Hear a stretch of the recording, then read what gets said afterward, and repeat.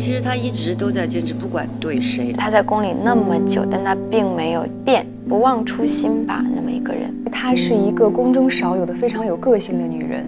如懿不会妥协，不会因为任何人妥协。我觉得她不适合在古代生活。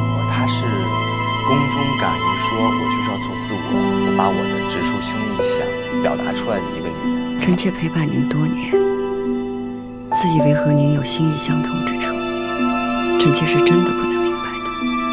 皇上，您就当臣妾不懂您，臣妾的话也白说了。她深爱着皇上，但是她坚持着自己。她是一个现代女性思维，独立自主、坚强、倔强，不需要依靠任何人。万一一个夫君只有一个妻子，没有任何妾室了，朕看你是傻啊？怎么老想着郎世宁的闲话？太后和如懿可能的共通点是我们都有过自己的初心，不同的点，我觉得是如懿比我更执着，好纯净的一颗心。就是说跟皇上其实也是一生一次心一动，他真就是这一次。在宫里有那么多人害他或者什么，但是他通过自己的方式，就是选择和面对。来不及，手上有什么来的？我觉得他是一个好人。他明白深宫的法则，但是他不屑于去用。如懿是非常有底线，不会去争什么要什么。你是出身后族，又有皇上的情分在，如果真有继后，也应该是姐姐你啊。我从来要的都是情分，而不是位分。他是很明事理的，他懂得一个人的德性是什么，不冤枉谁，不去制造那些没有的东西出来去害人。他的性格是还是很正直的。主，皇上特意派人送来的礼物在外头，您去瞧瞧。绿梅非常难得，骨骼清奇，其实很像如懿的那种性格。她不会去为深宫的这个环境去改变自己的本性。两心之间梅香一缕，绿梅难得，皇上的心意更难得。他喜欢梅花是因为寒风里是吧，彻骨是吧，才能闻到花香这个。因为他喜欢的是南方的梅花，他到了北方他活不了。我记得后面还有一场戏是跟皇帝之间的一场戏，就是讲到如懿，其实他就来错了。也许他本就不该是这宫里的人吧。如懿就是说，其实我是不适合在宫里。他的性格是贯穿的，叛逆也好，他什么也好，他是贯穿始终的。他应该是自由的，他喜欢的那种自在安然，他对感情那种坚持执着是不会变的。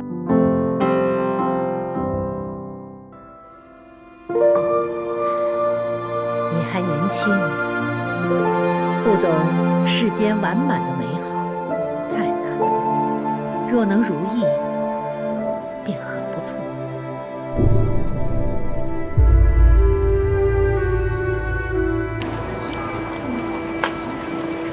苏丽云其实在很多时候是一个没有攻击性、很没有伤害性的这样一个女子，所以她和如懿的关系就属于那种比较熟的朋友。到中期的时候，兰华走了这一段时间，我觉得比较熟的朋友因为一些利益发生了分歧。哎呀，我也抚养永皇这么多年，知冷知热的疼着，闹了半天，还是不如你。祭酒礼已过，大家休息片刻吧。本宫让御膳房熬了些八宝甜汤，大家都可以用一些。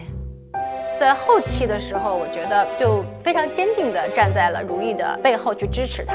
对如懿是喜欢，然后崇拜、敬仰，反正就是当成姐姐养。这里也有台词说，皇后娘娘就像我的姐姐一样，她是真的很喜欢、很依赖她。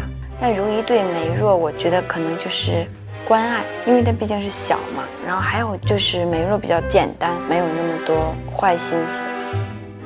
我记得娘娘曾与我说过，皇上是您的少年郎。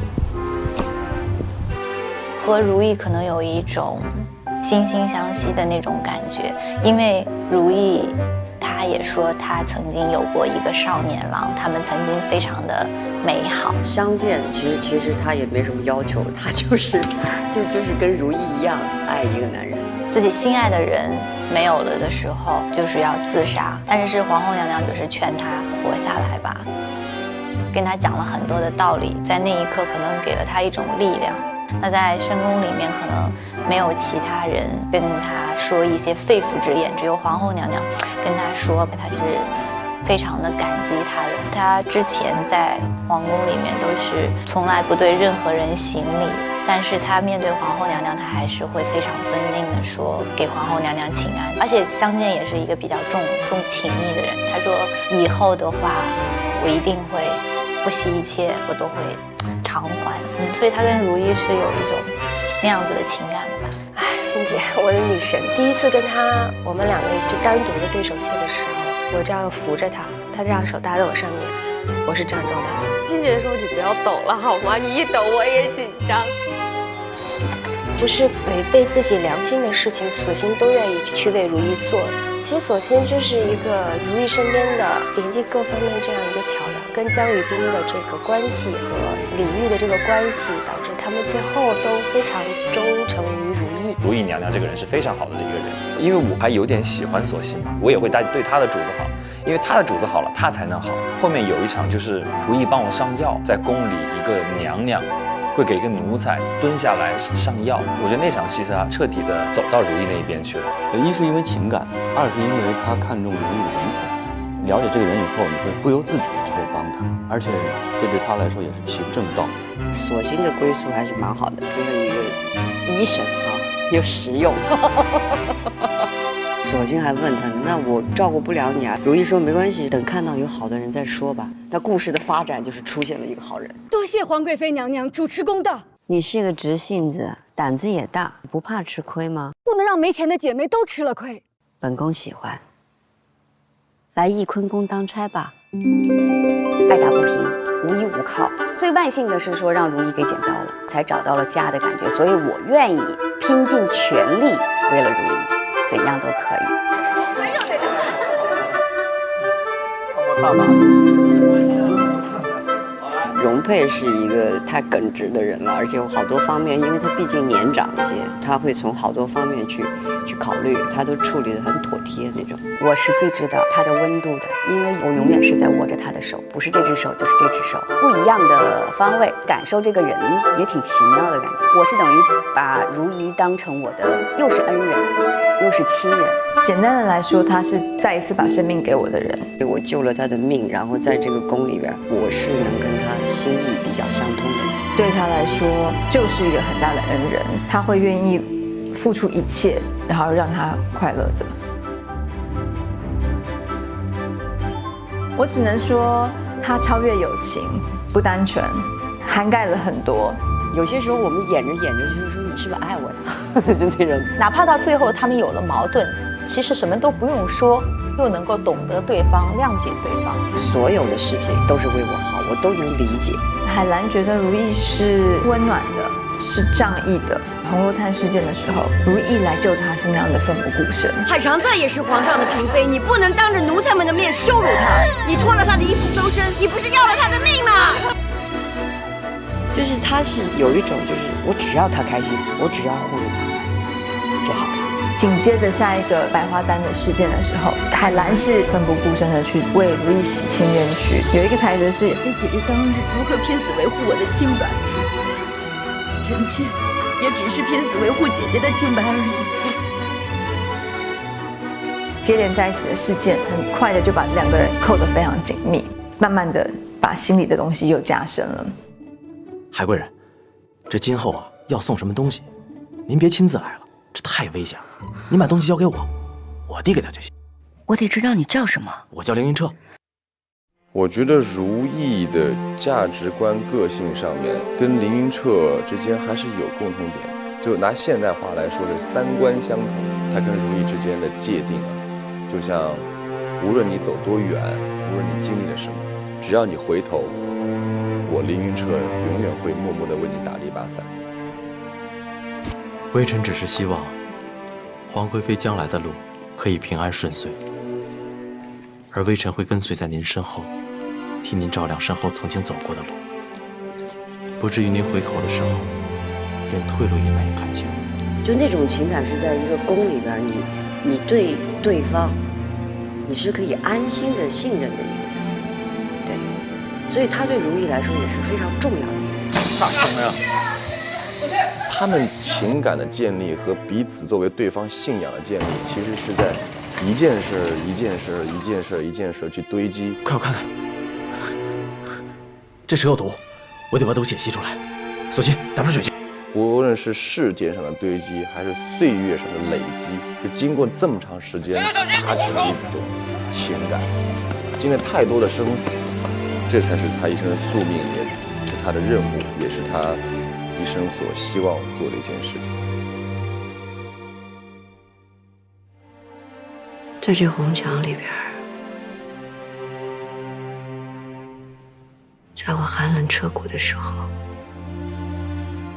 给我温暖的是你和凌云彻。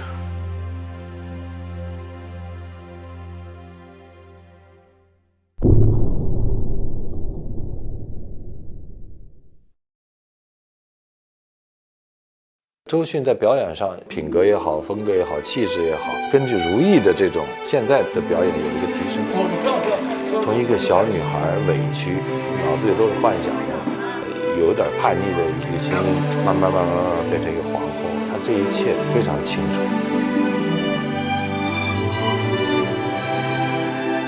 她也很辛苦，这一路来就是没有做其他事情，就很专注在这个戏里面。她是真的付出了很多。拍戏的时候没有太多的时间，每天都台词啊什么的。他非常认真的在看剧本，在揣摩角色。有些时候他会说：“那如懿这个时候会怎么想啊？如懿这个时候一定不会这样啊！”真是佩服他，我真是太用心了。那种台词量，他头天晚上得做了多大的功课呀？基本上很少看他拿剧本。你要知道，他是属于那种认真到一个词一个词都会去细细琢磨的人。就是他每天做足了功课，他每一场戏都有自己的想法和见解。最细的一组镜头就是有一场戏刚跟皇上吵完架，周迅老师要看，印象特别深，是有特别细腻的点出现。他有一个过门槛的时候停了一下，他看看他那场戏是怎么表现的。然后有没有到位？他觉得不 OK 的话，他可能会要求再重新来拍这场戏之类的。周迅的表演也非常非常的吸引人，而且能够有很强的代入感。演戏下来的感觉都彼此觉得很舒服。那很多东西都是剧本上没有的东西，但是因为我们都在那个角色里面，都是很好的朋友，所以到最后是基本上都没有什么不用去交流了。他的戏呢是绵里藏针。看似很散淡的这样戏当中，他内力很大。他是一个非常有灵魂深度的演员，我不敢使劲对着他眼睛看，我觉得他眼睛非常有杀伤力，强大的力量会包裹你。胆大妄为，祸乱国政，桩桩件件，哪件冤了你？我也不敢，让他饶命！你说不敢的，你一定不会被顶罪吗？我觉得迅姐很多东西不是我们能够学得到的，是她就骨子里的东西。她杀伤力不是攻击性，她的眼睛很深邃，你知道吗？很大，然后你会看进去，会想她在想什么，就会被她带走，所有东西都在眉宇之间。迅姐的眼神有一种探究人的一个感觉，用眉宇演戏，用气场演戏，用你眼神去演戏。她的演技是出神入化的，演这么好，真的是这个人的生活经历、阅历到那儿了。就一路看她这样，越演越好，又那么敬业，而且又那么上心。她真的是一个很有精灵气的女人。看她处理一些感情戏，我觉得哇，那分寸感简直太厉害了。我觉得真的是好演员都是用心在演。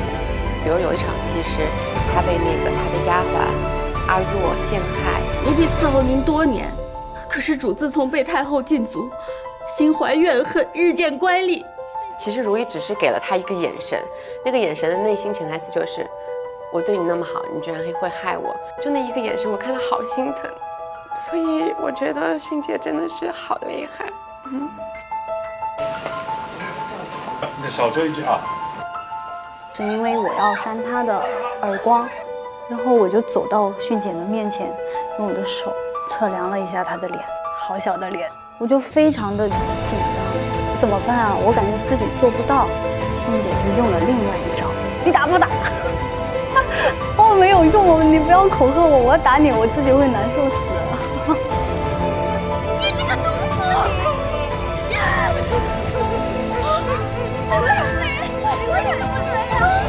我不是说科班出身的，我并不知道我这下手到底重不重，我也不知道他到底疼不疼。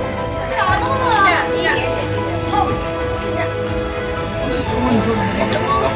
必须得真打，可是我的方式，我需要他们真打我，要不然我没办法出来那个东西。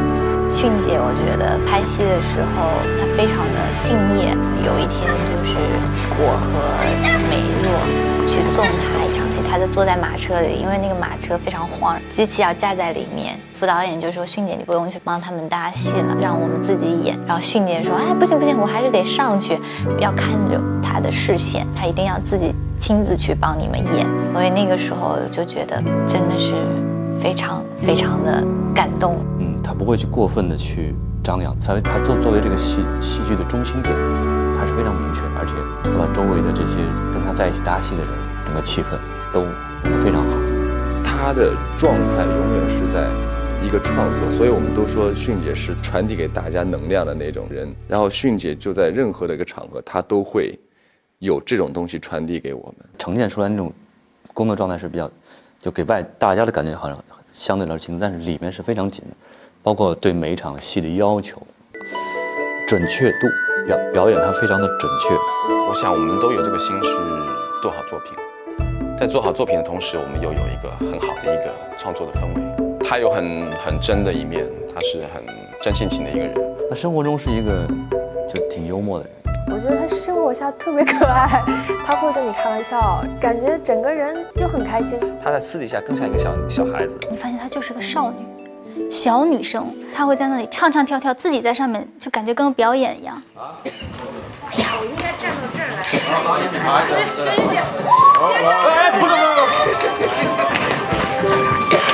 那认识她之后，我觉得我就更爱她了。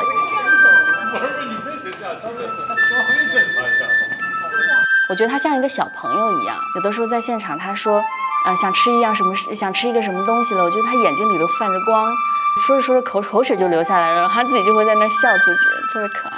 我们有时候拍的时候会在监视器里面讨论剧本嘛，然后他就这样把鞋脱掉，然后就盘腿在打坐，然后就在那边，然后边吃着东西在那边聊，就觉得那时候就觉得特别像一个小孩子。我觉得他非常有灵气，然后生活中又是一个特别感性的人。他在我们第一次见面的时候，然后他没有走到他的座位上，他直接走过来，然后就跟我打了招呼。我当时就觉得特别亲切。只能找一个我心里最顺的，但是我真的是腿很无心的，我真的是平时这样。这个不是我真的。迅姐是我很喜欢、很尊敬的演员，看她的戏我都好喜欢，非常打动人，非常喜欢她，有质感、有沉淀，很娇小，但是爆发力非常强。特别喜欢跟他演戏的感觉，我觉得太幸运了，我真的有成长的过程。他的智商和情商都非常高，他会看透很多东西。他是个有大智慧的人，但是又很简单的人。周迅在表演上一如既往的好，每场戏都很稳。我们一直在说所谓的一种工匠精神、敬业精神，那我觉得在周迅身上就是，一切都很顺利，我觉得这是非常幸福的事情。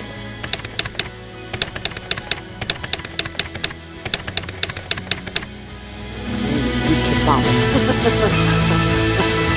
是这样，我觉得他要有质感，你必须要有生活细节的，你没有这些东西是不行的。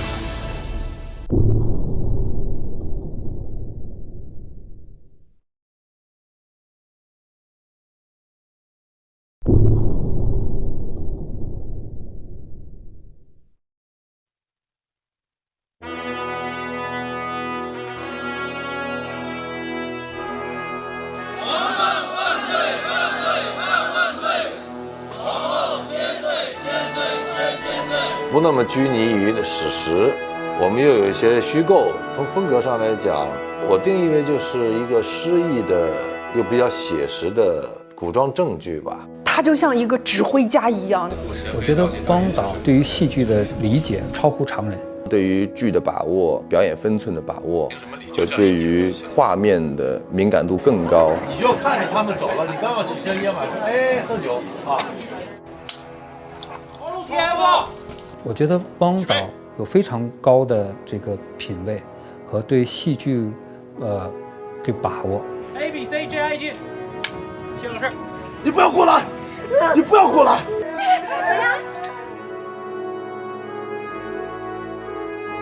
他的这个把控力很客观，越来越冷静。我想这不行，我要看那边的，看画右的。汪导的他戏为主，但是他画面啊各方面还是挺好的，我觉得。但是有一些可能某些环境啊，很多方面因素啊，达不到他的要求。主线一明确，主题就明确，你应该就是无条件服从我啊。他不平等也很难弄。就是他的风格，你知道是非常精致华美，然后非常考究的，你就很放心一部作品交到他的手里面。就稍微有点温暖和亮点的亮色，稍微有点。汪俊导演他其实在现场他是一个特别直接的一个导演，想说什么他就说什么。大哥，说了不要说。这样啊。导演就是非常严谨的一个人。停！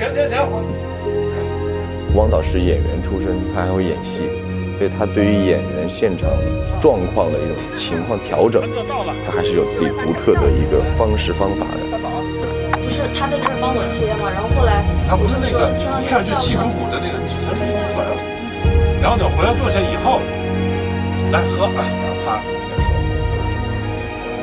汪导他会看演员你给什么，然后他去抓你的东西，但他会跟你讨论说你的状态对不对，他觉得你不对的时候就是不对，他就会跟你聊，他也不会放过你。他要求非常的高，就是每一场戏他感觉不太对，他会去亲自过来给你调到一直舒服为止。开始。行，再来一遍，还是后边每个这块，这样不是张东的问题。会较真儿，整个戏曲的结构性、逻辑，他自己能接受，他才会去跟演员说，然后我们才会进行。是绝对不会臣服于你的。谋害皇子，污蔑皇上。再来，不关机。导演还是一个非常爱跟演员去讨论戏的一个导演。我们每次开拍之前都要去对台词、读剧本，你有什么想法呀？导演很尊重你自己的想法。你可以加那句话，加那句话你加在哪儿？因为拍之前、走戏之前都要先在他的工作的那个范围内先把台词对了，很认真。因为他是在你走位和拍之前的大家的一个碰撞，在这个时候，我觉得真的是二度创作开始了，就是可能在这个时候会有很多的想法，对戏啊、对词里面就会冒出来。有一些演员在现场台词压力也很大嘛，导演都能给足够的耐心，不去批评和指责他们，我觉得这点就很不容易。一个演员如果说能碰到这样的导演，真的是一个很幸福的一件事情。现在他基本上很少看他发火，他基本上都在现场跟大家开玩笑。周润发。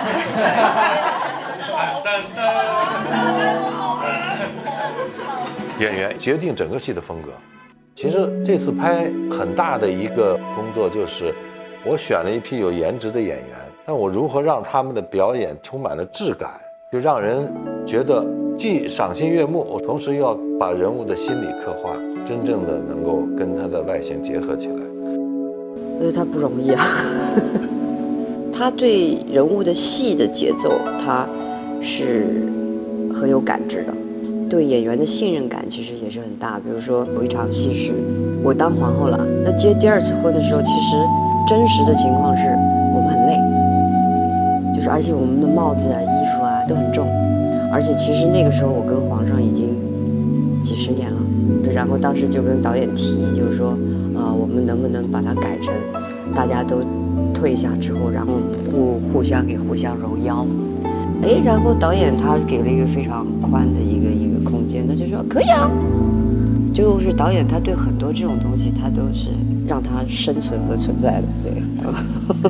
最无辜的就是永基反而要受到你的质疑和斥责，不是应该让那个孩子吗？那你对朕的不满不屑当着孩子的面说吗？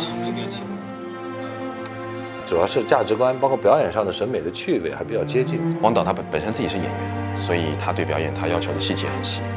刚才你说我站起来，对啊，你对，那你对生的不满，不是也当着孩子面前是说吗？你也起来了，吵架了。而且他会提点你很多的细节，这个是很重要的。建华，哎，你这个好，就是放完这个以后往这儿是不是走多了？走多了，走到这儿来了。很多时候，他可以以演员的视角去出发这个角色。他内心想的是什么？他为什么会这么做？那这个语气，你这样讲会不会更好？走。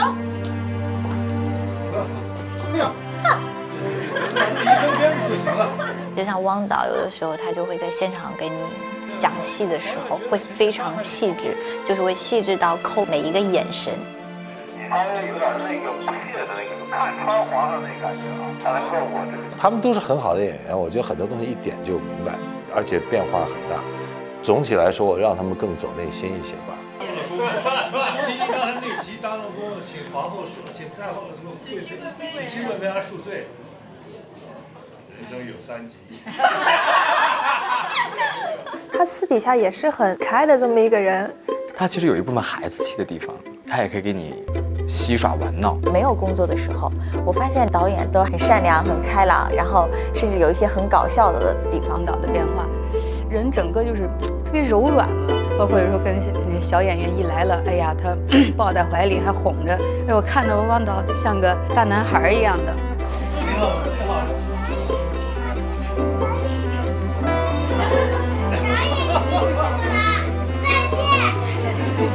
就是可爱的那一面，这次是让我看到了。他是一个挺要求完美的人，而且他是一个很直爽的人。就他所有的东西都是他想到的、看到的，他就会直接的表达出来。从这桥过来，一直到就好，然后在苏北就在这儿。这句反正要再来一遍嘛，他现在情绪是太高了。我在下一段，他前面戏毛躁也很高。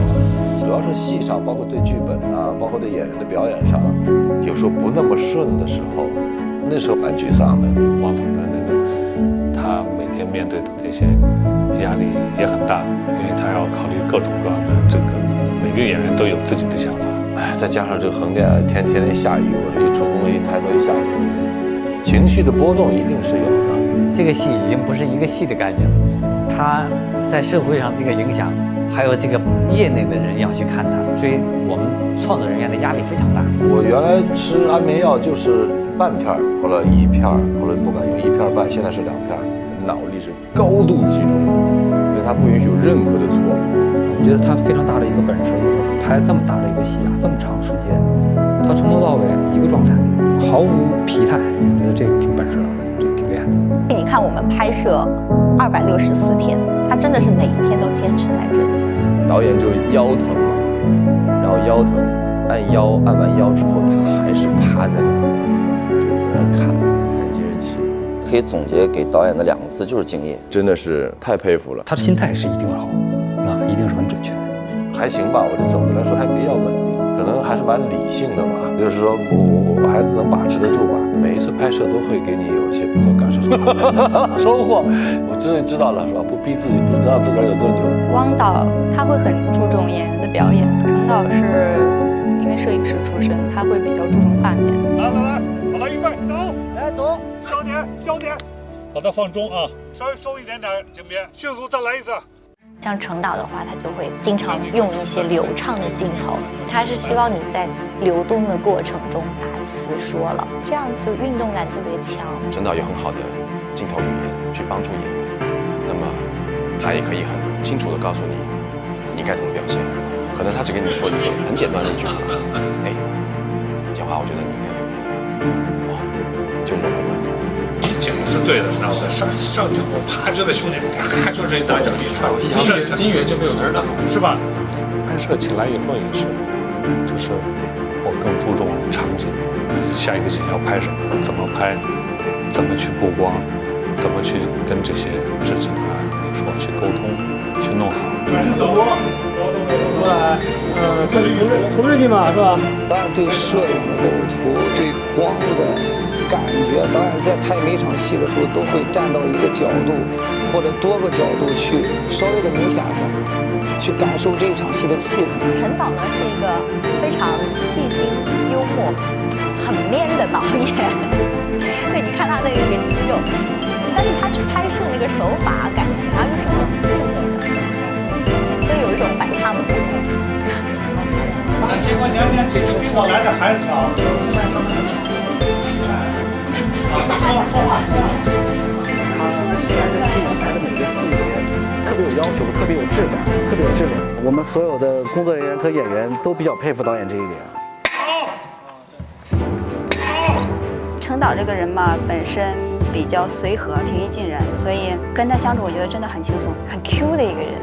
对，那他说完了我就直接接是吧？我就好。那你刚刚不是叫我跟你说话吗？现在我看就完全就是。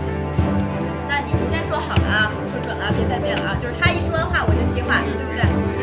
蛮讲究，让我觉得就挺可爱的。程导是一个特别有激情的导演，我觉得每天早上见到他的时候都是这个热情澎湃的。学到了多少我不确定，但是我能确定的就是我觉得学到这个态度。第二点就是一种感觉吧。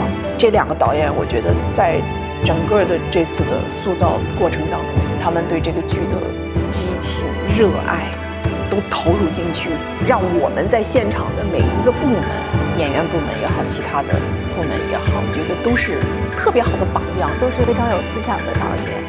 我每次看画面的时候，我都觉得，这个画面怎么那么美？导演对每个角色的定位和方向也把握得很准。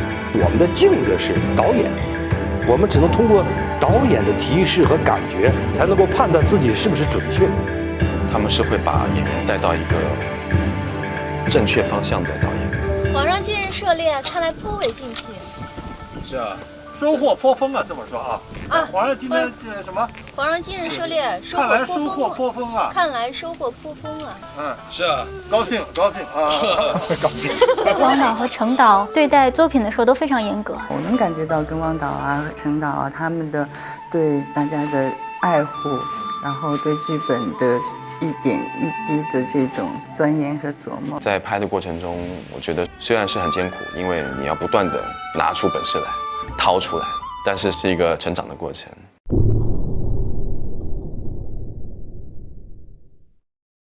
这个都是按青龙里面那个他原配的，现在是等于是基本的心里是这样的。我在跟王景导演在谈论这些地方的时候，我们俩在沟通起来就会很容易，因为我们并不是一定界定于在乾隆，其实我们更多的是在表达清整个文化的一个形成。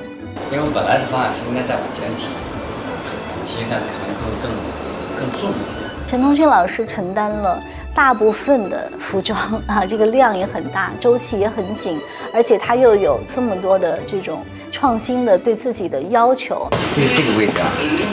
陈老师是一个要求很严谨的人。假设这个发型，我们梳出来可能是梳1遍、2遍，多的时候可能4到5遍。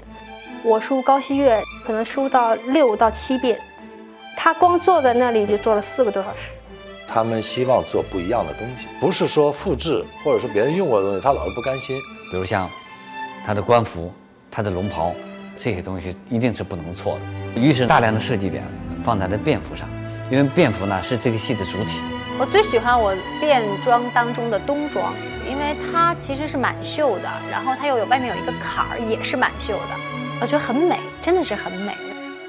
它可能会在颜色方面说不是说那么的艳丽，但是因为我的角色性格是比较张扬的，所以红色、紫色啊、玫红色会偏多一些，特别棒。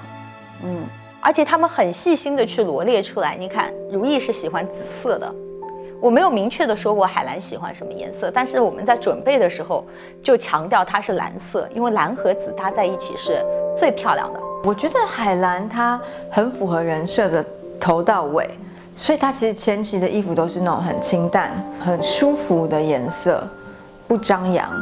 那慢慢到后头开始有一些比较亮丽的服装，她后期的时候开始变得比较沉稳跟大气的那个状态的时候的颜色，都是那种深蓝啊，或者是比较偏稳重色的。然后呢，相间是会偏白色、素色多一点。我觉得很有质感，不是说那种很沙质的那种，它会非常有异域的特色，但是也是非常有厚重感的。你转起圈来，它还是会跟着你飘起来的，而且头纱在后面会非常的灵动，所以我觉得那套衣服是我个人还是蛮喜欢的。对，咱们的各位娘娘10几个人坐在那里，我们首先要避免是颜色撞色，然后还要根据他们的身份啊，然后穿合适的衣服，甚至有的时候我们还会注意它绣花的图案，我们都尽量不让它撞在一起。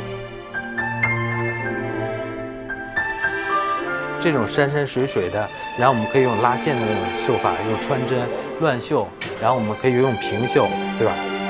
就很多种形式去做它。以前我们可能还会用到印花，但是那个时代是不可能出现这种东西的，所以现在都是绣的。服装我觉得特别精细，特别好看。他们说满绣嘛，然后全是绣上去的，很重。我经常会笑，我说，哎，这衣服重呢。我说我拍完这场戏，我是不是就被压矮了？这是我们皇后娘娘的朝服，就这，因为它这外边朝服坎儿啊，然后朝褂呀，然后里面我们可能还有朝服裙，它这些我们都是用珠子穿成的。这差不多我们2个工人穿了有2个星期，大概有5000个珠子吧。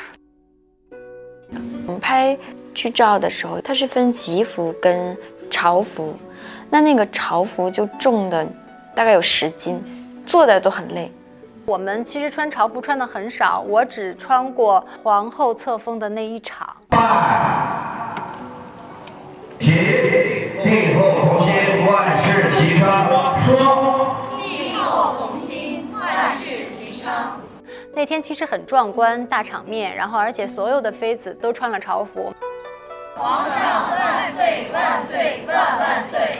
皇后娘娘千岁千岁千千岁！因为那个帽子就搁在这儿，这儿基本上就搁了一个印儿。对啊，有好多人第2天这个地方还在青紫，一直压着你的脑袋，然后你抬不起头来。很重是吧？特别重。那个梅洛，就很沉。我刚开始拍那几天就是头疼，拍到下午就开始头疼，然后我的头发掉了很多。觉得我这部戏拍完，基本上练了铁头神功，铁头神功就练成了，每天感觉像顶了个行李箱一样。拿来用了，没迷下。哦，那你有没有给做过呀？没有，我们绝对是神还原。他那个妆容呢就是造型师给我们的一些老的那种图片嘛，然后我们是照着那种感觉去做发髻，去买饰品。洗手间就是得这样子，螃蟹走路。进车的时候也是。因为那个蒙古头实在是太大太重了，我经常就是拜那种大拜的时候下去以后就起不来了，就是必须要人拖起来，就是他直接栽过去了那种。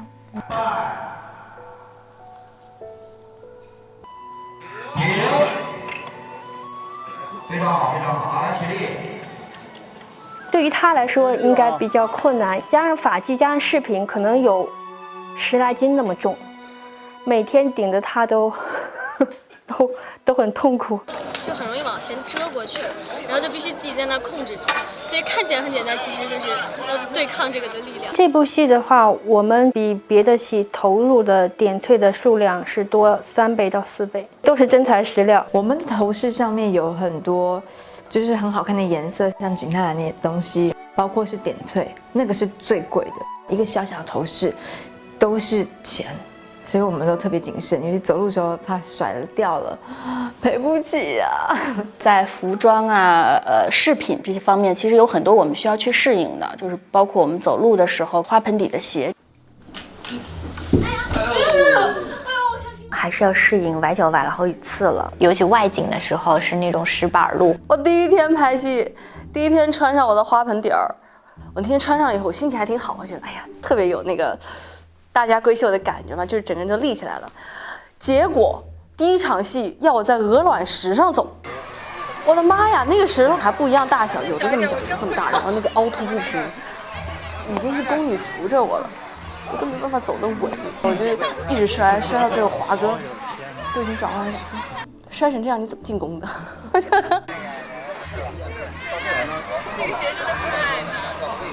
我们戏里的服装，我最喜欢的是迅姐的，制作工艺都很复杂，每一套都是手工的。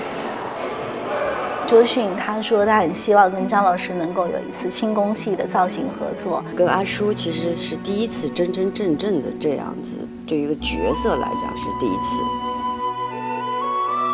在这之前呢，周迅也没有演过轻功戏，张树平老师也没有做过清朝的服装造型，所以呢，这次大家都觉得很新鲜所以也谈得很顺利那就开始合作，一拍即合。我的头是真的每天编出来的，它不是只是一个发套。我那个编头发是要用一根带子先把所有头发抠在这个头，我自己这样拿，我大概要拿1个多小时。而且，比如说这次用了很多古董，它耳环就是这么重的，它那个东西就是不能甩那么大头的，留须是会这样子卡在你眼睛里的。眉形我特别喜欢，因为那个其实是非常难弄的，就是说那个人物就出来了。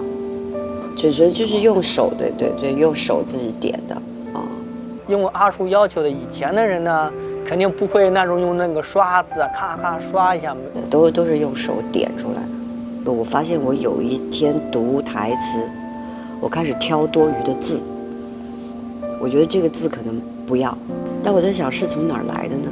是从阿叔那儿来的。就是精确，就是你的长短，你的这个领子要扣到哪里，一次一次的试。就我一般站在那儿，我基本上要站1个多小时、2个小时。阿叔有这个功能的。难得了，很乖。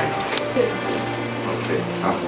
阿叔跟我们说，你看看后面人家景是什么样的颜色，然后你再配这个衣服。红的帽子吧，西服。对，这个是西服。每一个造型我们都会发照片给他看的，然后他每次都很细细的给我们看，哪个东西不行啊，用红笔给我们画出来。他眼睛是很有力度的。对，我就是喜欢我的衣服，还有我的帽子啊什么的。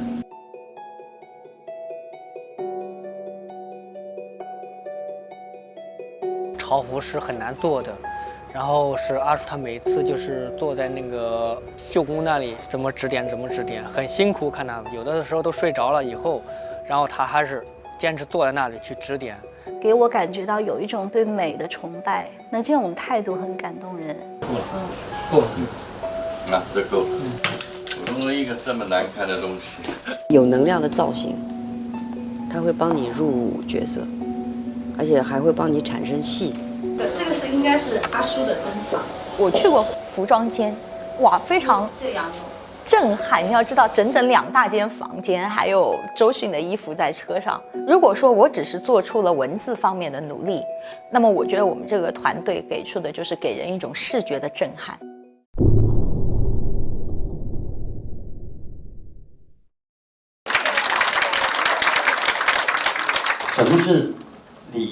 什么是礼节？就是委屈自己的身体，表示对对方的尊重。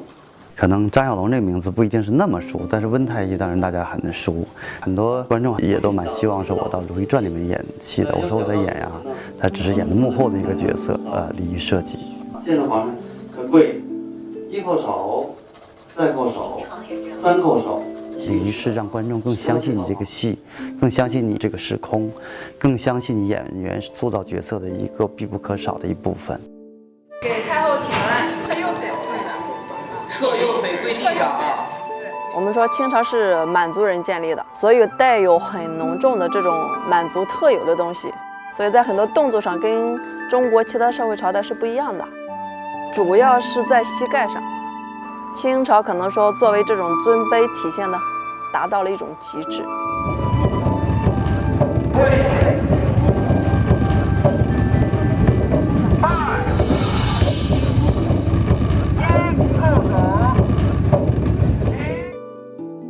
比如说婚丧嫁娶这些事情，祭祀这些事情，跟礼俗有关的事情，大到这些卢比一丈，小到一个举手投足，我们需要这个整部戏的仪式性的东西，因为有没有仪式感，对一个古装戏历史剧来说太重要了。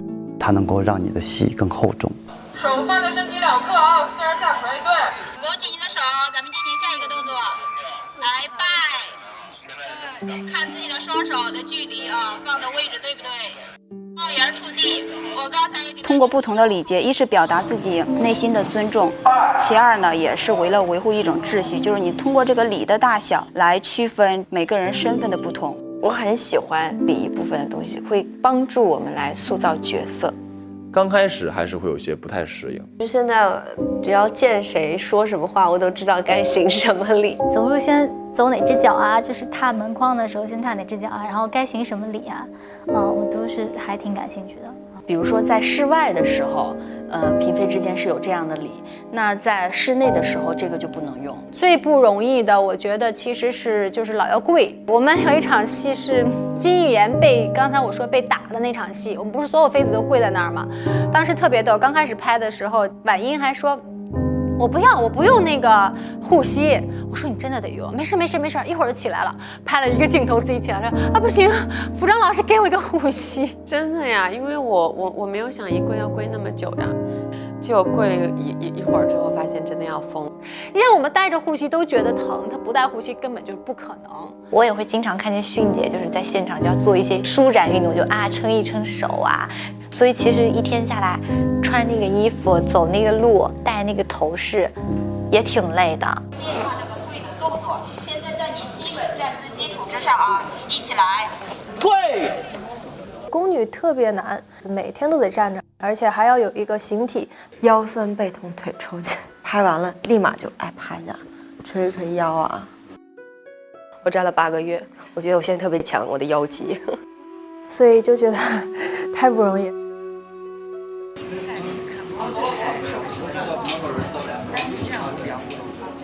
周迅老师的第1天拍戏的时候，我们就遇到了一个很大的难题，就是俯身3拜。当时他是这样说的，他说没有关系，你就告诉我怎么做就可以，因为你是礼仪指导老师，我就听你的。我就跟他做了那3个动作，做的特别完美，比我示范的要好。周迅是我最喜欢的演员之一，他是艺术家级别的，但他能够看这些人去指导他的礼仪，甚至于指导他演戏的过程中用一个什么样的礼仪来演戏，这个是很难的。我们的礼仪指导要有一个什么样强大的内心，然后周迅老师他们要有一个什么样的包容温暖来鼓励礼仪指导。其实我的礼仪真的太少了，我是算比较幸运的相对来讲他们会很辛苦，其他演员他们随时都要有那么多的大礼，而且他们这些妃子要跪下什么都不容易，因为他们的衣服很长，还要配合对白，配合情绪，其实是蛮不容易的。有一场封妃的时候，那个大典，一提气都要做，哎呀，这个挺难的，这跟瑜伽似的，一提气拜就很细很细的。行6肃3跪3拜礼。1肃，肃就是7起，每个肃就是7起啊。1肃，跪。6肃3跪3拜大礼，这是真累。6肃就是提气，跪下来，再提气，再拜。然后站起来，这是1轮，要跪3次。2肃，拜。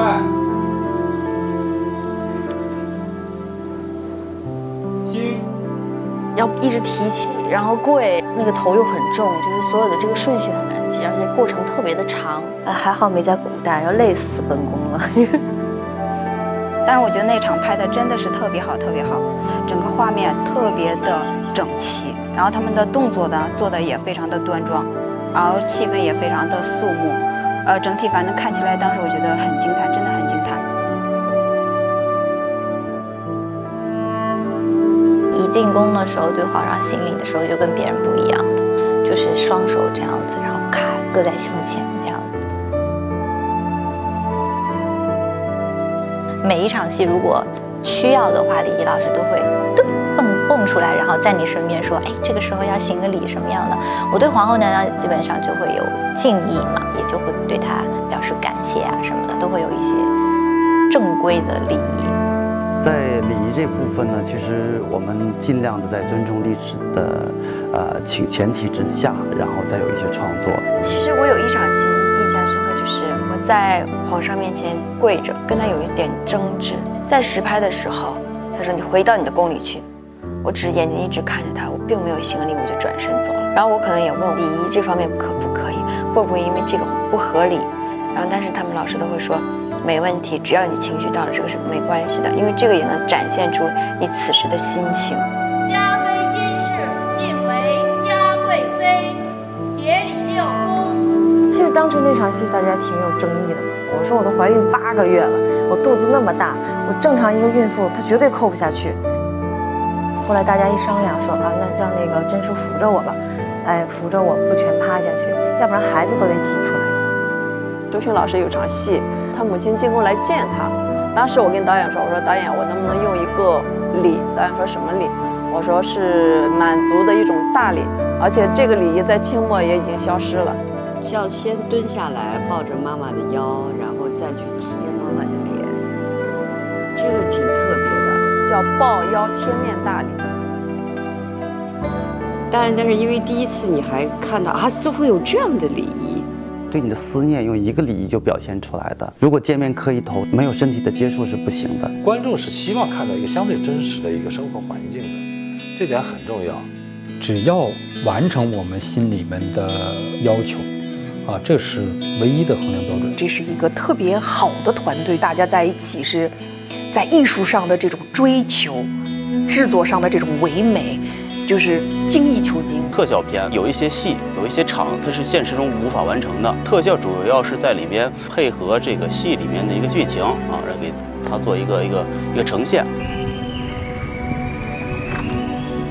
乾隆盛世从画面上来讲更声势宏大，包括像坝上拍的那些狩猎啊这些。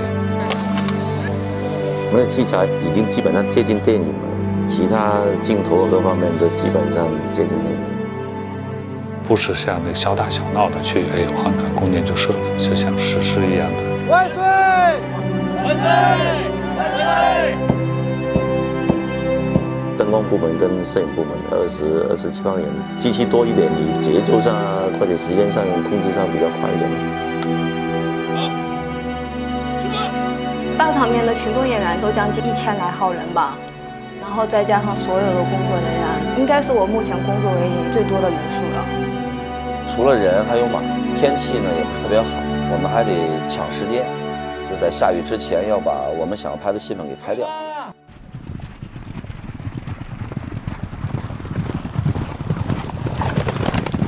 在坝上的时候，我们组已经调了很多马匹进来了啊，但是实际上跟当时那个年代故事里面所描述的那个相差还是很远的，需要我们特效来给它做弥补。我们是在里面加了一些色彩，美术的韩老师当时也聊过，因为整部戏是一个宫廷，就是女性色彩比较浓郁。然后呢，我们坝上草原这块戏呢，就是它要呈现更多的一些阳刚之气在里面。如果要想射的话，就是这样。搭着一搭就好，那这样的话就这么着，对，看着就像射。好，如果要射的话，随时都可以。好，你在那边这个坝上来说吧，其实它狩猎这一块是要表现一下它那个恢宏的狩猎的一个氛围。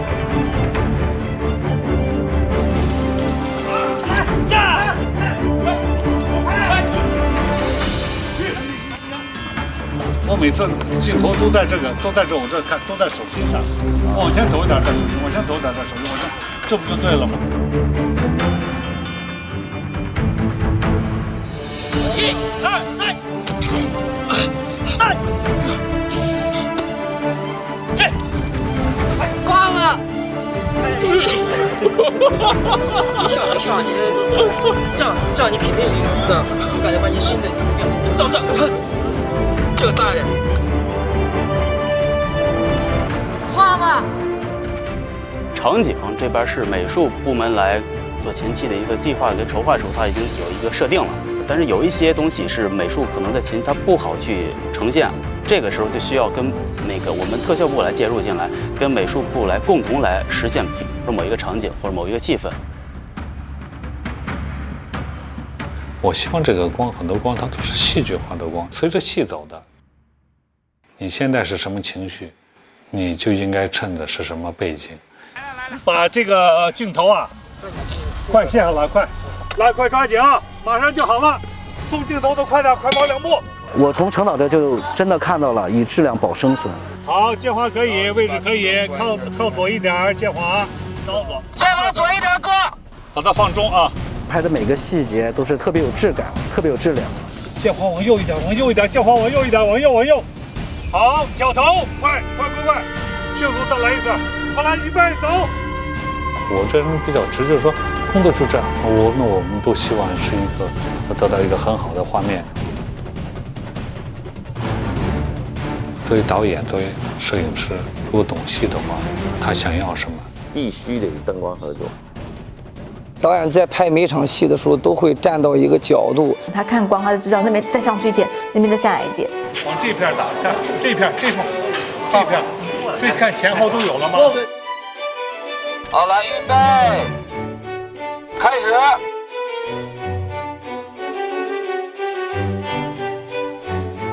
停，好。拍你的手得了。坝上的条件相对比较艰苦一些，所以我们每天都要比大队要提前2到3个小时，然后去做准备工作。兄弟姐妹们都开心一点啊！舞蹈演员也要面带笑容。来，预备，开始。当天我们去到坝上之后，看完场景，然后第2天就要拍了。导演说：“那我要20个摔跤手，18个马头琴，还有一对那个蒙古的那个稀有的那种鼓啊，然后还有那种塞，然后舞蹈演员我要20个舞蹈演员。”这个舞蹈主要是我们蒙古族的安代舞，蒙古族人就是家里来到远方来的客人，我们要隆重的招待的时候，我们姑娘们就会跳起舞来，就是表示对我们客人的一个欢迎和对自己一个热情的表达。感谢这些所有的工作人员，我觉得他们为这个戏贡献了很多，也很敬业，也很专业。古装戏，尤其是长篇古装剧的一些经验，它可能跟现代戏的操作，它确实是不一样的，也包括甚至跟人与人之间的打交道的。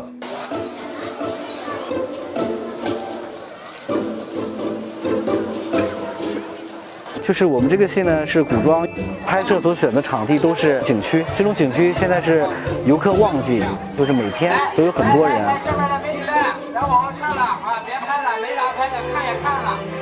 还有就是我们这些明星演员，他们的造型啊、服饰啊，都是不能向外透露的。你们都跑来干嘛的？我们跑来看华哥的，我们来看华哥，来看华哥。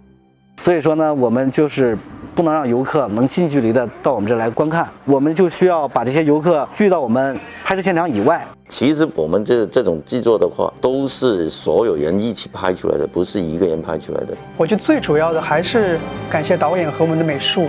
然后他因为这样的大场面是完全靠他们来营造这个氛围，有一些这个江南的秀丽的这一方面体现一下。其实更多的是把整个这个发生在北方的这个清朝戏里面加了一些其他元素，让整个戏更饱满和丰富一下。这是后期效果图。对，到时候咱这个船从远处这样划过来，我们这个机位摆好了，然后呢，船是从那边，就是那边有排那个位置，从那个位置摆好位置往这边行驶。再稍远一点，再稍远一点，靠远一点，靠远一点。小船是怎么横着摆的？凤船位置再往前。下江南的船队啊，船队因为像我们这个戏里面真船就是有2艘，一艘是皇帝船，然后一艘是皇后船。那像其他一些妃子船了，包括太后船了，包括一些兵船了，这些啊随行的一些大船队，这个是我们特效来呈现。包括他南巡是吧？船队啊，包括在苏州的那个码头，他下船呀、上船呐、街道行进呀，就是想更宏大。不同于一般的那种，原来就说乾隆经常南巡，都是微服私访啊，不是那样子的感觉。皇上万岁万岁万万岁！皇后千岁千岁千岁！我们说写意也好，我们说这个有一些浪漫的，或者我们说在表现形式上有一些抒情性或什么这些东西，或者不那么的落地，或者不那么，甚至我们到最后还有点魔幻的东西，包括要从影像上的感觉呀，从场景上，我就想，既然接着这个戏，就要有突破，虚构的历史和真实的幻象相结合，接受挑战，就是把它弄得更好，最好。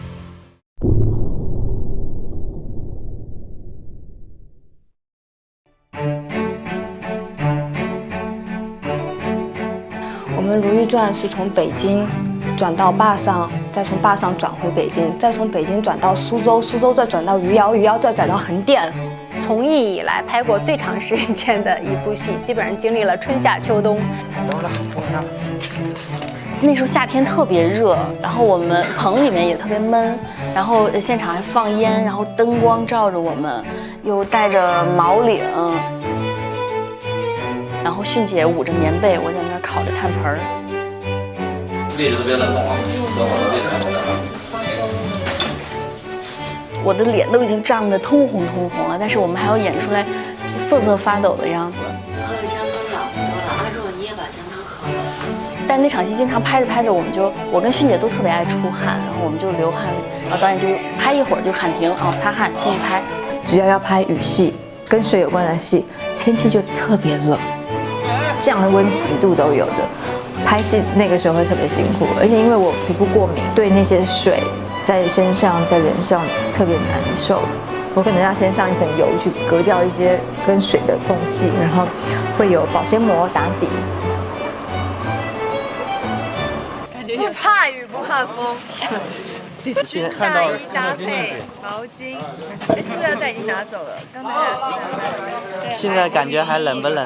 不冷，我们凭着一个热血的心在拍戏，我们一直都不冷。但是没办法，冷就还是会冷。这个比较对，工作是2个人这样过来过去，那都有一个跟着紧的。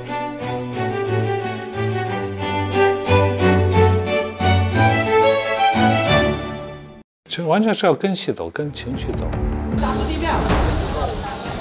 不管雪呀、雨呀，基本上都是咱们人工去做，需要提前的去找它合适的那种位置啊。这马上开了，现在觉得好重啊，衣服好重啊。很费功夫，而且呢，雨的大小，一会儿雨大了，一会儿雨小了，或者这边有了那边没有，你就要不停的去调整。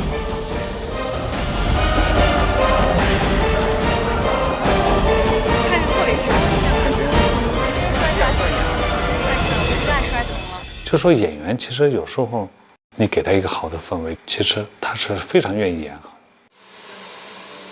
有雪有雨，雪机的位置啊，都是我跟他们去定。我说镜头在这儿，你下雪的机器在这儿，你从这儿开始给我下。你这撒的是什么东西啊？碘化盐。碘化盐，你是用它做雪吗？对，用它做雪，道具雪。有问题大家一块想办法，不管是我们的导演还是咱们的主演。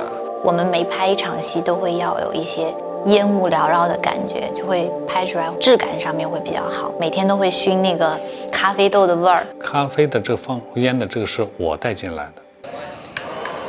我说先这么点着，然后拿这个小风扇，看这么吹，烟就出来了。原来他们说拿烟饼，我说我不同意，但因为你放烟不是1天2天啊。如果都拿那烟饼，烟饼就是松香跟那个什么各种各样的化学物品弄在一块的，跟你这个咖啡豆自然的燃烧，它毕竟还是不一样的吧。然后一熏就是1天，本来特困，然后一熏那个味儿就醒了。这个是我比较高兴的，能为大家能做一件事情，而且呢，我自己也比较受益，自己的健康也没有，也得到了一种保证。为了防止这个木柱子都被烧掉，所以说我们就提前把它打湿。我有时候有一些包括场务放烟，都得要配合合作。每一个部门其实包括你常务，常务帮你弄个大炮，弄个轨道，弄个必须的，就包括你景道具。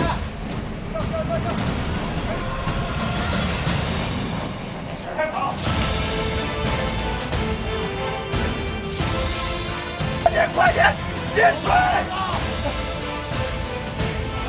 快点！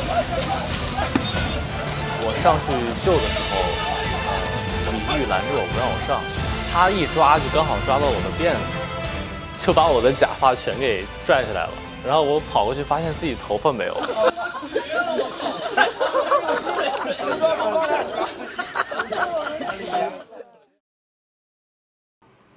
准备，来起了。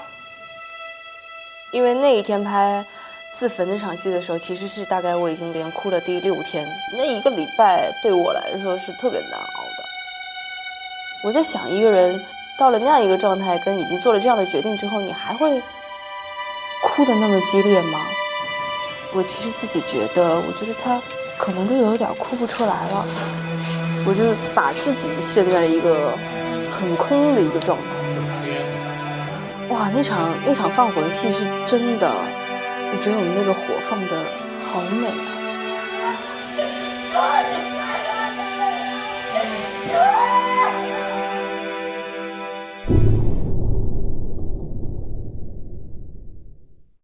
我还是希望还原一个真实的环境。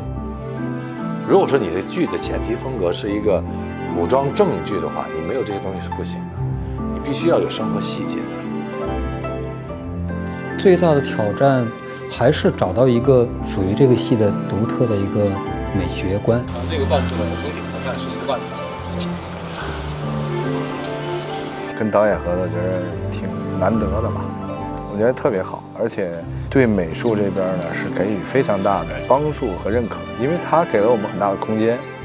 找到，然后我要跟导演要交流要得到共识。要跟着执行部门要把我的这个感受要表达出来。美术这块是韩老师给了一个《如懿传》一个世界观，然后呢，我们是怎么去丰富每一个世界里边的城市这些细节的工作。你要进化，进化看一眼。等会儿，他还不能，这样说话不行。那这个事还得靠近前吧？韩老师那个擅长就是大，就是他就是要把它做大、做好、做完美。但是这也是我想要的，也是汪导要的，其实就是度。我觉得把握度是特别难的。乾隆盛世是封建社会最辉煌或者是它一个顶峰的一个时期，那个时候的国力是最强大的嘛。那我们就要把这个东西要强调出来。从颜色和质感的2方面吧。皇宫里面呢，韩老师概念就是说他想做一个比较强烈的对比，他觉得可能在整个北京城里面，这个紫禁城应该是一个金字块一样的这么一个状态，闪闪发光的，和周围的这些普通的百姓们有一个很大的差别。在这个基础上，你给我尽量的华丽，前提是你不能假，你不能做的一个让人参观的一个地方，而是嫔妃们、皇帝真正生活在其中的一个环境里。他其实除了大的世界观以外呢，跟我们提到就是乾隆盛世嘛，就是说丰富应该丰富到一个什么样的极致。对，在这里面给我们其实灌输了好多设计的中心思想吧，然后我们沿着他这方向整体往下去走，再落实。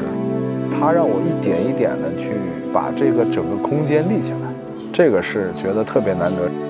就像咱们盖房子一样，从基础地基开始，木工、瓦工，然后后面的就是雕刻工，加上最后的效果。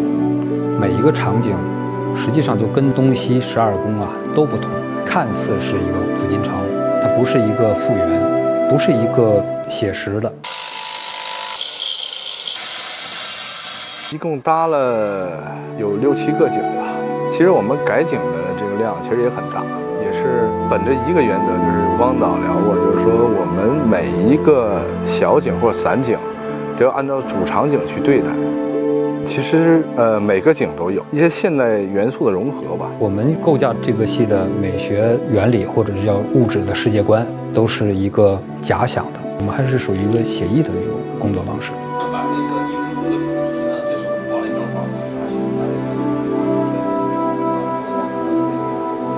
大的风格确认了以后呢，然后会做一些制作图的这个设计。这些呢，我们都是根据在这个宫殿里面住的这个人物做的一个贴近人物性格的设计，希望把人物的性格，做得更饱满一点吧。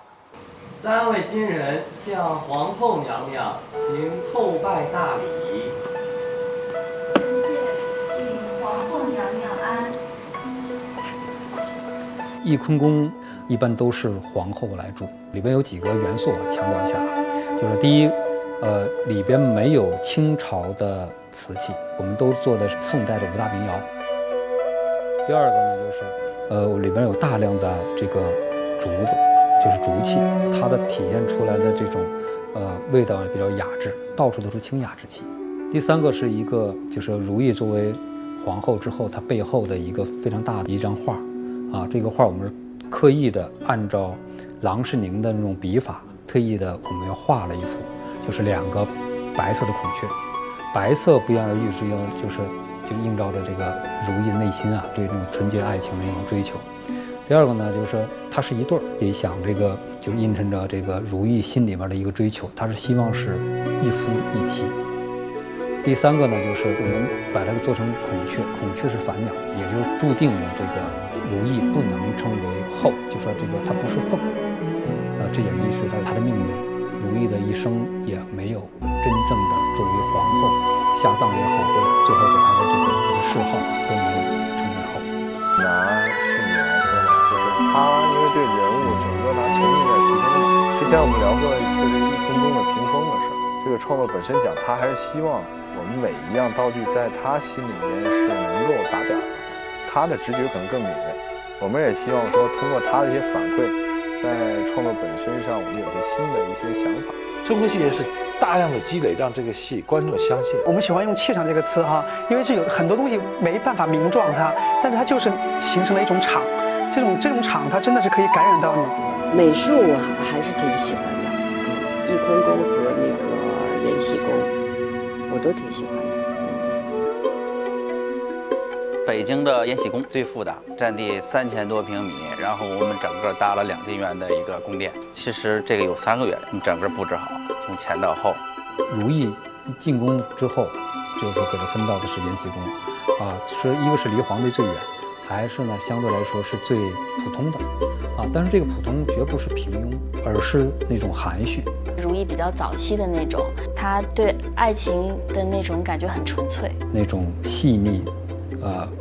耐看，啊，做的是这样的一个方向。现在的这个延禧宫已经在大概180年前吧烧掉了。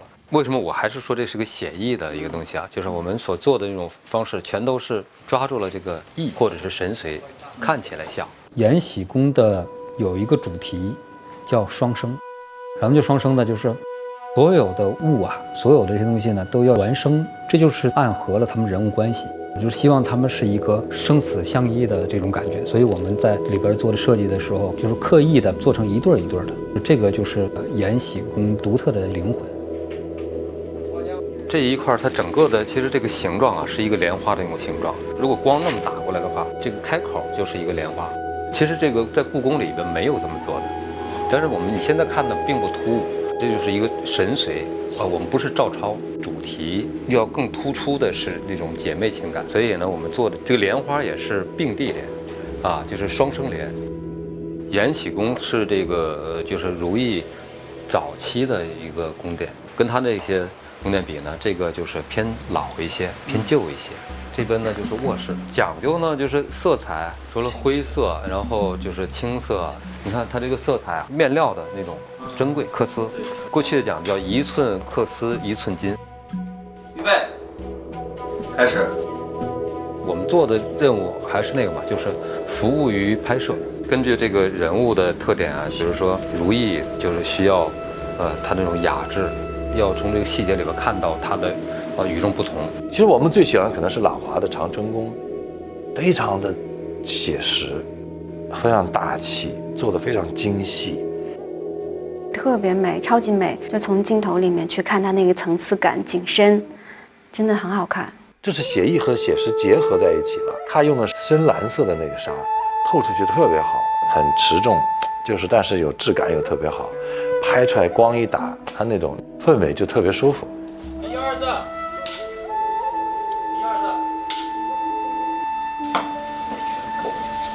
小心，去信芳殿，好了，你讲那帮奴才的嘴。朗华呢，在意别人如何看待自己，所以他的房间呢都是比较重的颜色。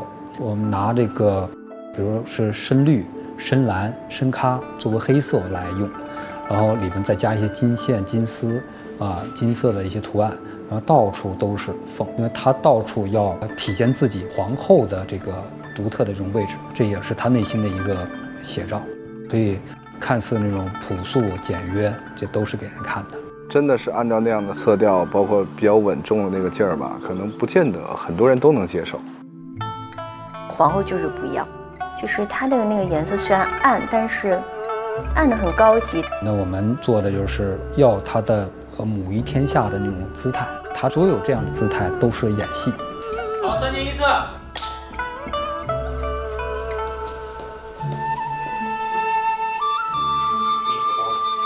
养心殿实际上就是我们这个戏的一个核心。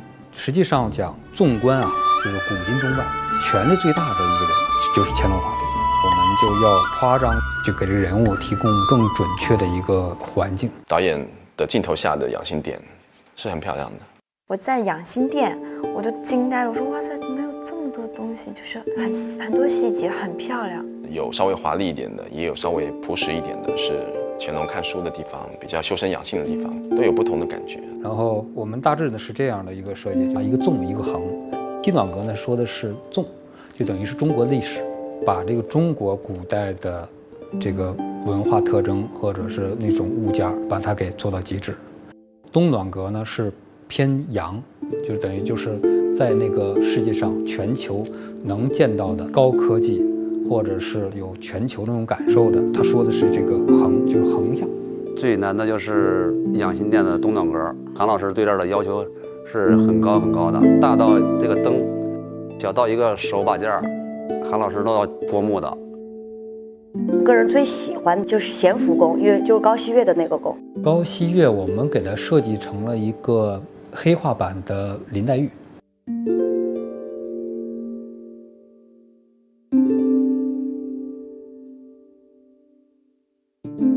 我当时一进去的时候，我觉得我们的美术老师非常厉害，想隐约的体现这个高希月他对于这个音律的一个精通的这样一个点。这个其实但不会真响的，要现场给他拍摄。棒棒的。因为我爱弹琵琶，他们给我做了一面墙的琵琶，就挂在那上面，其实是个非常好看的背景，然后也体现了他的这个才艺的部分。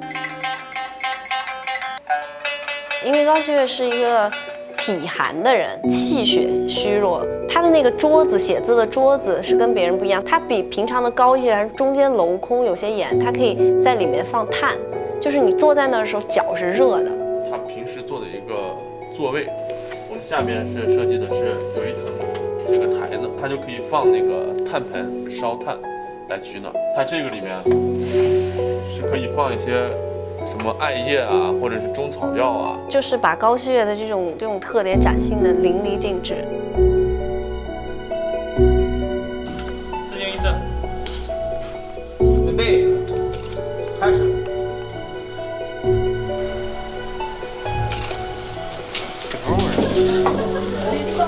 是个陷阱啊！陷阱。他是从这儿，他是看一眼。他就过来，往这边来。对，因为外文很浮夸，就是恨不得把所有东西都戴在头上，然后穿好看的衣服，就是只要皇上能看见自己就行。按照我们的这剧本的人物来要求，把它给做成水粉系列的一个环境。我们在这个它的宫殿里边呢，就强调的是颜色、色彩。所以它的宫里就是在几个妃子当中是颜色最暗的。挂了很多绿色的帘子，然后还真的是有蝴蝶，然后小鱼缸，还特别有情趣。假装那边还有空间，你最后一站完全没有。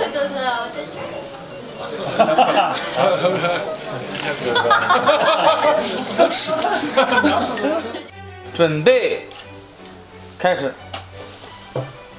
微尘不变久留，先行高飞。有些纱看你怎么拍，意境给的特别好，因为它很多层的帘子，然后会有很多朦胧感。哪怕是一个幔帐，哪怕是一排烛光，就能感觉到环境给演员的刺激，就你能相信这个环境，而不是觉得是造出来的一个景嘛，不是的。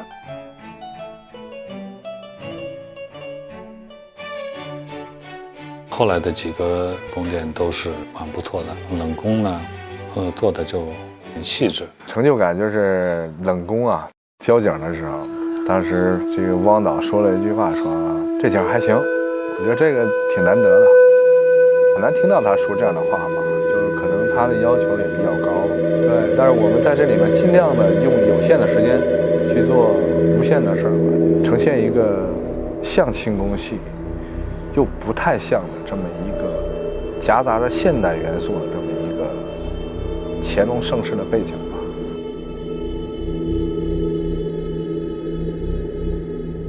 物件写实呢，也还是属于感受性的写实，并不是那个东西去针对的。我们只能说是看起来像，就是它的感受是写实的，就是味道对。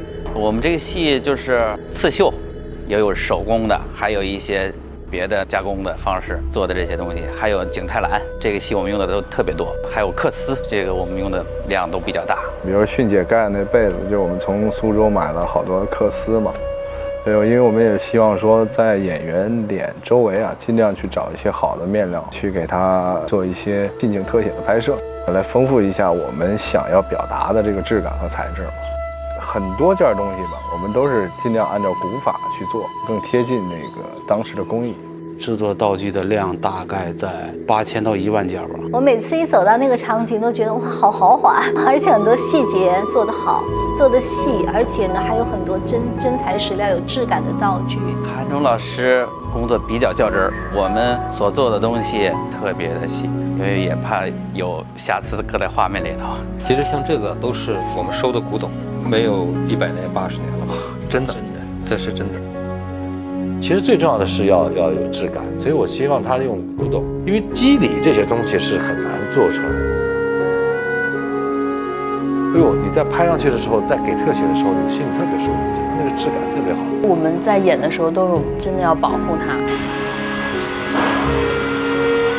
我觉得最有挑战就是这个马车，就是皇帝出行去打猎的那个马车，以及皇后那个马车。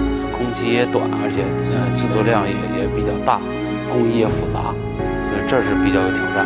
真正能在水里边能开的船，在苏州我们做的那个3艘大船，既要保证美术的制作要求，另外还有一个保证人员的安全，因为毕竟是在真的那个苏州太湖里边。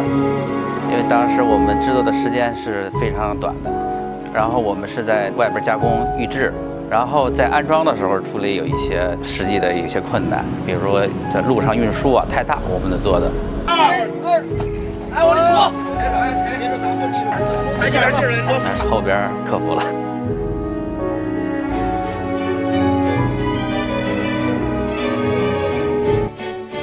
韩忠这次的分寸把握得很好，就是写意和写实之间，唯美和真实之间，做了一个很好的平衡，很华丽。但是这个华丽不俗，这个美术的感觉是走在很前面的。每一个宫都让我吃惊不小，它没有一个角度是不能拍的。关键是它那个场景拍出来的，它那个颜色和我们的造型很统一，你会觉得有历史依据，但是同时又有不俗的现代品味。他们希望做不一样的东西，希望每一次创作都是一次创造。